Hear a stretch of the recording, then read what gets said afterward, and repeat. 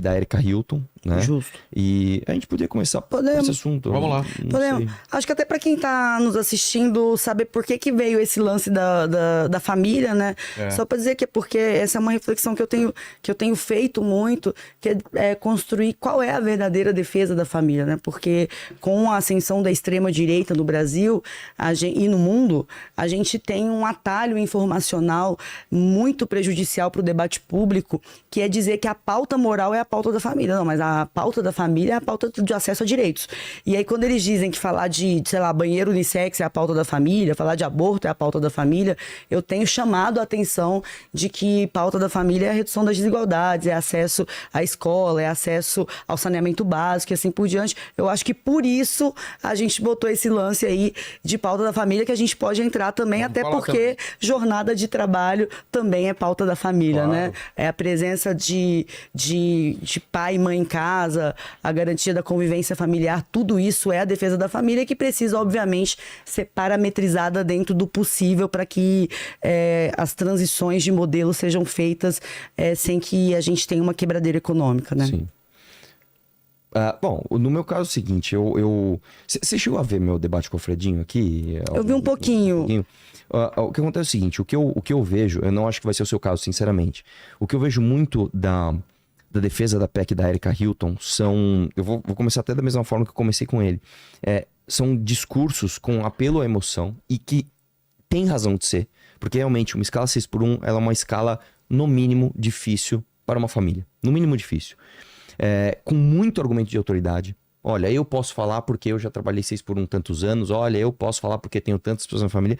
E poucos argumentos lógicos. Poucos argumentos assim. Tudo bem, então vamos construir uma solução. Vamos ver se esse é o caminho.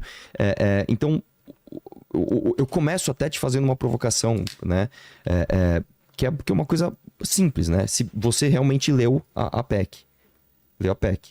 Sim, eu li a PEC. Quantas páginas tem essa PEC? A PEC tem uma página, a justificativa tem 4, exatamente. né? Olha só a diferença. É importante. Legal. Importante porque o anexo ele vai junto e ele traz alguns argumentos que só a leitura dos 2 artigos ali não te dão essa noção do das motivações, né, para a apresentação da PEC. Sim, assim por diante. E aí eu pergunto se você também não concorda que, por exemplo, a PEC, só o primeiro artigo dela, ela já começa com uma contradição, porque ela tem um erro matemático naquela PEC. Bom, eu concordo totalmente com você. Eu acho que o grande problema que a gente tem, um dos grandes problemas, longe de ser o maior, mas que a gente tem no Brasil, especialmente na arena da política pública, é a interdição do debate quando ele nasce.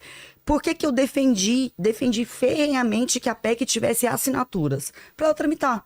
Porque se a PEC, inclusive, a desinformação dentro de setores da esquerda é um negócio absurdo. Eu tava vendo um monte de gente mandando mensagem, como assim a Benedita da Silva votou contra a PEC? Gente, a PEC não tava nem em votação. Como assim a Tabata Amaral votou contra a PEC? Não tava em votação. O que tava em questão era a assinatura. E aí, assim, embora eu seja só uma vereadora de Goiânia, eu, obviamente, conheço um pouco de como funciona Brasília. Os deputados não ficam reunidos, os 513 ali, esperando um deles passar para pegar a assinatura. Para você achar, conseguir mobilizar para ter as 172 assinaturas, não é da noite pro dia. Então, vários deputados, inclusive, foram cobrados injustamente, como se eles tivessem votado num negócio que era só para tramitar. E tinha que tramitar, porque aí a PEC vai mudando o texto.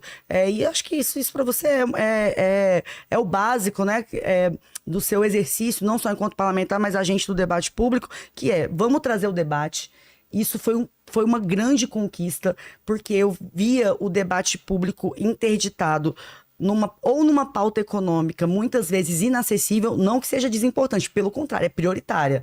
Mas a gente não vai falar de Selic, a gente não vai falar de superávit de maneira que toque as pessoas para elas participarem do debate público. Ou é o que o pessoal chama de pauta woke, ou alguma coisa nesse sentido, que também às vezes é rasteira, sabe? Tanto pela direita quanto pela esquerda. Que debate importante falar de jornada de trabalho. Há quanto tempo a gente não debatia de maneira ampla um negócio tão importante para o Brasil, sabe? Então, vamos deixar tramitar. E aí o texto, obviamente, tem que ser alterado, até porque é impossível a gente reduzir para 4 por 3, que é o que a PEC propõe, de uma vez. A PEC não traz, por exemplo, como seria a transição desse modelo. A PEC não traz a especificação de categorias, até porque, de fato, depois você tem lei complementar para regular e tal. Mas interditar o debate, com certeza, não é o caminho, né? Sim. Nossa, eu gostei quando eu vi os seus conteúdos, até falei isso pra você, porque você é uma pessoa que... É difícil até de colocar você numa caixinha, num rótulo, né? Você é uma pessoa evangélica, que está no PSDB, mas se considera de esquerda. Então, eu acho isso legal porque enriquece o debate. E, justamente, eu acho que... Você citou uma coisa, eu vou até começar concordando com você, que... Tá ruim aqui? Não, desculpa. Que... Às vezes tem um empobrecimento do debate com questões rasteiras de banheiro trans e não sei o que lá e papapá, e às vezes a gente não fala de redução de jornada de trabalho, que é um debate que a gente não tem, acho que desde 88, é isso? Sei lá, desde a Constituição a gente nunca debateu seriamente, né? Como é que a gente vai fazer para reduzir a escala de trabalho? E eu espero também que você reconheça do meu lado, Sim. né? Que não existe aqui uma pessoa que quer defender uma espécie de escala, né? Como quem diz, quem não trabalha na 6x1 é vagabundo, ou alguém que não tem algum tipo de empatia com as pessoas que trabalham num regime diferente do seu próprio. Mas eu entendo que pra gente chegar na redução de trabalho, eu acho que existem alguns problemas que a gente deve resolver antes, né? Um dos problemas, por exemplo, que está na justificativa da PEC, é que ela não especifica a transição e ela deixa em aberto a possibilidade de acordos coletivos. Eu acho hoje que no ambiente que nós temos no Brasil, um ambiente com uma Constituição absurda, tá? Uma Constituição que garante um monte de direitos que você não consegue nem interpretar aquilo, né? A gente tem piso salarial como base constitucional. É uma coisa estranha pra caramba. Pra você passar um piso salarial pra categoria da enfermagem, você tem que fazer uma PEC. É uma anomalia jurídica. E além disso, além das questões constitucionais e legais, nós temos um problema do espírito sindicalista que nós temos no Brasil. Nós temos um excesso absurdo de sindicatos, nós temos uma justiça do trabalho agigantada, nós temos muita militância, tá? E eu digo aqui não, pelo amor de Deus, não te empurrando, dizendo, mas existe muita militância esquerdista dentro da justiça do trabalho, inclusive. Então eu acho que um texto como aquele, que tem assinaturas, inclusive, para tramitar, é uma irresponsabilidade da parte da autora, que quer, inclusive, se colocar no centro desse debate, né, que é a Erika Hilton, mas que não leva em conta outras coisas que a gente precisa fazer antes da gente discutir redução de jornada de trabalho. Eu acho que isso é fundamental. Quais coisas na sua avaliação? Por exemplo... Quando? Quem vai pautá-las? Por exemplo, essa é uma boa pergunta, né? Por exemplo, o próprio governo do PT não quer que essa PEC passe, né? O próprio governo do PT já deu declarações, vamos ver e tal, e a gente sabe que uma PEC não passa se o governo não quiser. Né? São 3/5 da casa em 2 turnos, depois ainda vai pro Senado. Se o governo não puser a mão, o negócio não vai passar. Né? Uma das sugestões que eu digo para você é o seguinte: o que você acha de a gente reduzir a justiça do trabalho? Bom, eu acho um ponto bem interessante a gente falar sobre justiça do trabalho. Eu quero só retomar algumas coisas na sua fala. Você disse que a gente tem muito sindicato e muita militância. Eu concordo contigo sobre o fato, mas eu acho importante a gente ter um olhar aprofundado sobre o que do fato, as causas, né? Primeiro, a gente foi o último país do planeta a abolir a escravidão. E isso deixou sequelas gravíssimas que até hoje se verificam nas nossas relações de trabalho. Isso é indiscutível. Além disso, a gente teve um período muito duro de ditadura militar, que imediatamente, assim, essa é uma reflexão importantíssima para a gente entender também o efeito colateral de sindicatos superpoderosos. Porque o que aconteceu na ditadura militar? A ditadura militar, ela... para maquiar aquele super PIB, o milagre econômico, ela tirou a obrigação de que o reajuste do salário mínimo tivesse como a inflação como base. Então, você tinha uma inflação, você chegou a ter 200% de inflação que consumia completamente o poder de compra do trabalhador, porque você não tinha reajuste de salário com base na inflação. E com isso, a gente teve um aprofundamento bizarro da pobreza no Brasil. A gente teve também a concentração de renda por conta dessa mesma maquiagem do milagre econômico, e aí nisso os sindicatos foram criminalizados, porque uma das primeiras medidas da ditadura militar, a gente fala do AI-5, que foi sim absurdo.